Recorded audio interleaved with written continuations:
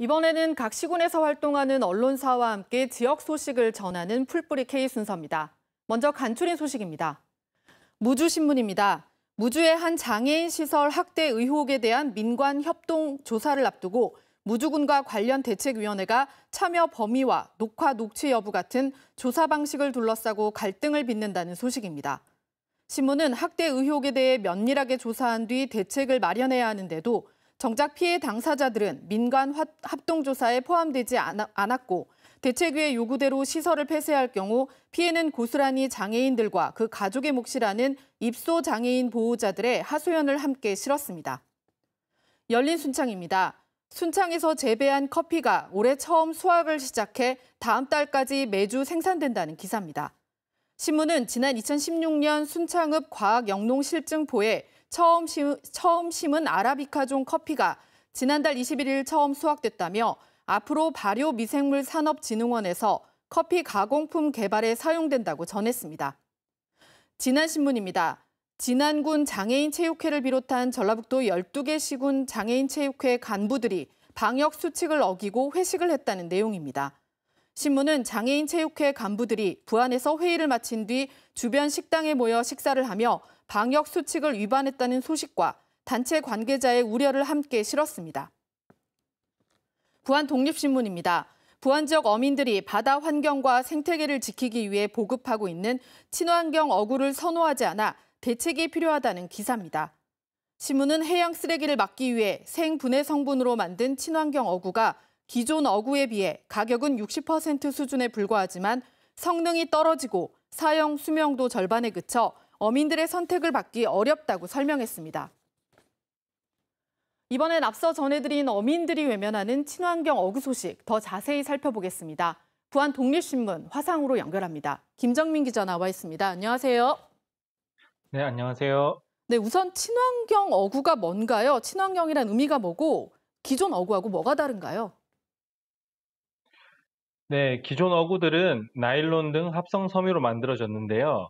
어업 과정에서 잘 쓰이고 제대로 폐기되면 다행이지만 유실돼서 바닷속에 남겨지는 경우도 많습니다. 이렇게 유실된 합성 섬유는 분해되기까지 수백 년이 걸리는데요. 그동안 물고기 등 수산물이 계속해서 버려진 그물에 걸려 죽는 이른바 유령업의 문제점이 있습니다. 또 분해가 된다 하더라도 모두 미세 플라스틱으로 바다에 퍼지는 것이기 때문에 해양 오염의 주범 중 하나로 꼽힙니다. 반면에 친환경 어구는 전분을 원료로 만들어졌기 때문에 일정 기간이 지나면 자연 분해되는 점이 다른 점입니다. 친환경 어구는 바닷속에 남겨진다 하더라도 2년이면 박테리아 등 미생물에 의해서 모두 분해되기 때문에 앞서 말한 유령어업과 미세 플라스틱 발생 문제를 모두 해결할 수 있는 합리적인 대안으로 보입니다. 네, 바다 환경이 그만큼 나빠져서 이제 정부가 이런 친환경 어구 보급 사업에 나선 거겠죠? 네, 실제로 해마다 4만 4천 톤 정도 어구가 바닷속에 버려집니다. 이로 인해서 연간 어획량의 10%에 이르는 3,800억 원어치의 수산물 자원이 유령어업에 의해 사라지는 실정입니다. 이를 해결하기 위해 정부는 지난 2007년부터 세계 최초로 친환경 어구인 생분해성 어구를 개발해 시범 사업을 통해 어민들에게 지원을 시작했고요. 해마다 지원 사업을 확대해 오고 있습니다. 부안군도 2019년부터 꽃게잡이를 위한 생분해성 그물에 대한 지원을 시작했습니다. 이에 따라 어민들은 기존에 쓰던 어구의 기준 단가와 비교해서 약 40% 싸게 친환경 어구를 쓸 수 있습니다. 전 세계적으로 바닷속 폐어구 문제를 해결하기 위해서 생분해성 어구의 필요성이 제기되고 이에 따른 연구가 활발하게 이뤄진 게 불과 몇 년이 되지 않은 것에 비춰보면 우리 정부의 움직임이 상당히 앞선 것이라고 볼 수 있습니다. 네, 말씀대로라면 수산업의 미래를 위해서라도 친환경 어구가 좀 사용이 돼야 될 텐데 어민들은 정작 친환경 어구를 잘 쓰지 않는다. 이유가 뭔가요? 네, 흔히 말하는 가성비가 가장 큰 이유인데요. 앞서 설명한 것과 같이 친환경 어구를 살 때는 기존 어구보다 40% 정도 저렴하게 살 수 있습니다. 그러나 기존 어구는 한번 사면 손질을 거쳐서 4에서 5년 정도 쓸 수 있다고 보는데요. 이 친환경 어구는 한 해 쓰고 나면은 다음 해에는 쓸 수가 없습니다. 그래서 새로 사야만 합니다. 이렇듯 친환경 어구는 일회용으로 여겨지기 때문에 지원에도 불구하고 싸게 느껴지지 않습니다. 또 그물이 고기를 잡아들이는 성능도 6, 70% 수준이라는 것이 어민들의 말입니다. 기존 나일론 어구는 수온에 크게 영향을 받지 않기 때문에 일정한 성질을 유지하는 반면에 친환경 어구는 수온이 낮을 때는 다소 뻣뻣해지는 경향이 있어서 어획량의 차이가 납니다. 기존 어구로 100마리를 잡을 수 있었다면은 친환경 어구에는 6, 70마리밖에 잡히지 않는다는 겁니다. 네, 그렇다면 어민들이 친환경 어구를 좀 잘 사용할 수 있도록 어구 기능을 개선하거나 아니면 대책이 좀 필요할 것 같은데 어민들은 좀 어떤 걸 요구하고 있고 또 자치단체의 대책이나 이런 건 있나요? 부안군에서는 뚜렷한 개선 대책을 내놓지 못하고 있는데요.